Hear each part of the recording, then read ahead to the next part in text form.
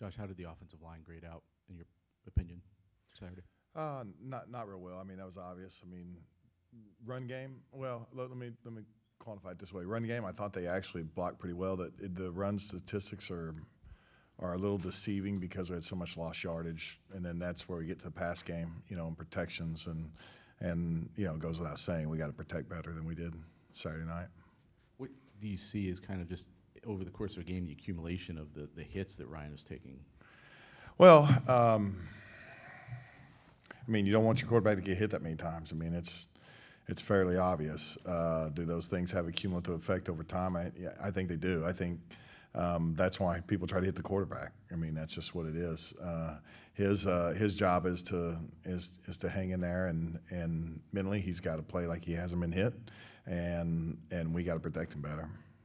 After the game, Barry was talking about, in relation to Ryan, just how self-critical he is, and mentioned something along the lines of, now we've got to build him back up and get ready for next week. I guess just what's your, obviously Darren's the point guy on things like that, but what's your involvement in that process? What does that look like in a week like this? Well, I think that starts, number one, with giving a great plan, and getting confident in the plan going in. That's always a weekly thing with a quarterback, is getting him drilled down into all the little details of the plan. I think some of that in the process of game planning the next opponent takes care of itself. It just kind of happens naturally.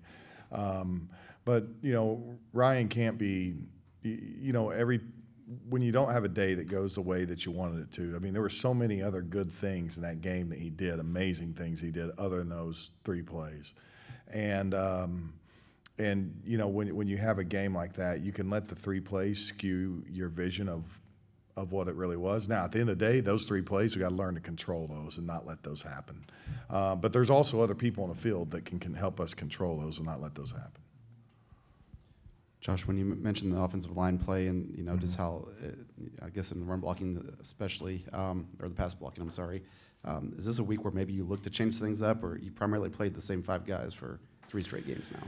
Yeah, I mean, we've at this point, every week is competition, in practice, So yes, are we open to having the best 5 players play up front? That's every single week. Whoever we put out there on Saturday, we feel like those are the best 5 players we have to go play the game with. To have the turnovers you had, and one of them is kind of a batted ball that turns into a fluke play, but kind of some backbreakers. That said, you still have a chance to go make this a 1-score game late. How would you kind of assess Ryan's ability to bounce back after some of those bad throws? Well, I told our offense going into the game, if you look at fall camp and spring football, and obviously Ryan wasn't here for the spring, but if you just take fall camp, we've been a very competitive team during camp.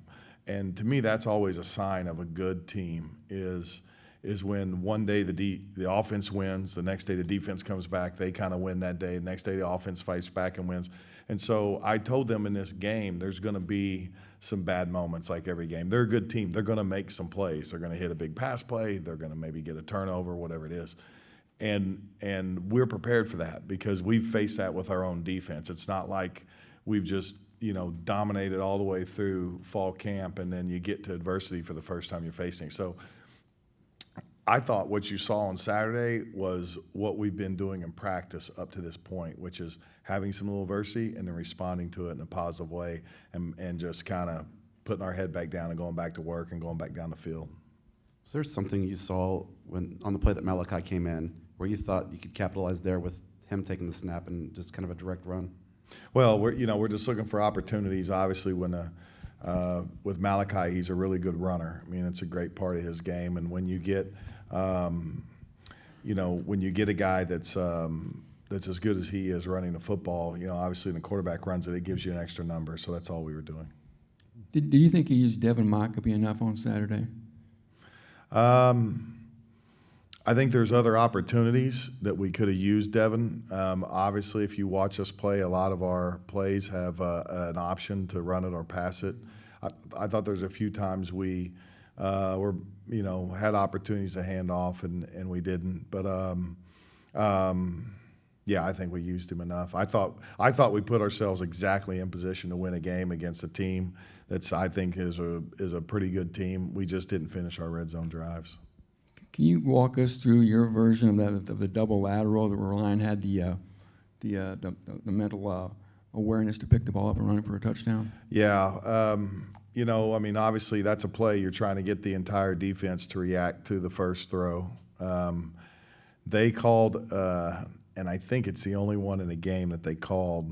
They called a will linebacker, you know, kind of blitz to the outside of the defensive end into the boundary versus that play, and so it just, as things would have it, you know, as fate would have it, that was like the perfect call for that play. Ryan was really heads up. Really, you know, beginning with we shouldn't have thrown the ball back there. We should have just tucked it and ran it. But obviously we were playing to be aggressive and go score. But Ryan was really heads up. He blocked him out, and then he went and got the football. He recognized it was a backwards pass. We did not practice that pass being backwards, but he recognized it was a backwards pass, and he went and got the ball and went and scored. Nitro Tuggle, Coach, looked like breakout game for him. Just talk about his development thus far. Yeah, just getting better every day at little things. He's obviously physically gifted. He's strong. He can play against press, and he can get off press, and he's doing it better and better every day. And so he's a young guy that's learning the game, but we have a really bright outlook on his future. When you have a quarterback who's obviously new to what you guys are doing, and you're asking a lot of him from a decision-making standpoint, your RPO and read option stuff, how do you kind of accelerate that experience process during the week? Is it film? Is it just practice, just reps? Or? Yeah, and really you're going to hope at this point that a lot of those experiences are accelerated, you know, just by reps that you've gotten, you know, that you've banked reps on different looks. Our defense is very multiple. They give you a lot of different looks. And so, you know, banking reps up to this point is what it is. I mean, really, you know, really, if you look at the 3 interceptions, you know, one was, you know, we got to do, you know, Ryan, the very first one, Ryan, like, put the ball in a good spot, I thought. I think our wide receivers got to do a better job at competing for that ball and coming back to the football and not drifting in the end zone. You know, the second one, when we got the pressure that turned into the pick six, you know, I thought, one, we got to be better in protection. We made a mistake up front. But then, two, you got to understand, you know, it's just you're sitting there and it's 2nd and 10, right? You know, you eat it, you're on the 20-yard line, you're on the 26-yard line. At 3rd and 16, sure, but you run it or whatever you do, you know, but you pick up a few more yards, or maybe you go for it, whatever you do on 3rd and 16, and you put points on the board, you know. And then the last one is, you know, he got a little greedy. You know, the safety was just hanging back, and that's a handoff or it's a throw to the field. And he got a little greedy, and we just kind of completed that same ball for a touchdown down there. And you know, so it is what it is. Listen, I share in those mistakes just like the players make them. You know, every time we make a mistake like that, I evaluate myself, and our coaching staff evaluates themselves. Did we teach them well enough? Did we put them in the right positions to see it? So did we give them enough reps at it to do it right? So, you know, we're all in this thing together. I told them that this morning. We're not pointing a finger at anybody, but I do. The one thing I took out of Saturday's performance, we moved the ball up and down the field. We got to the red zone 6 times. We had 2 touchdowns, a field goal, and we had 3 turnovers. And I thought that's a pretty stout defense. They've got some good personnel over there. Their D line is, you know, I mean, they're good. You know, we got a lot to build on. There's hope for our future, but we're never satisfied, you know, with losing. That's just not the standard we're going to have at Purdue.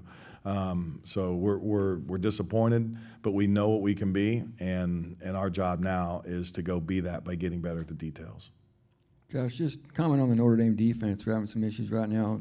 Chris Ash is new coordinator. Just what you've seen thus far of that Irish D. Well, they look very similar. Obviously, at the last stop we play them, or the last stop I competed against them the last 3 years. So they look very similar on defense. They're big and strong up front.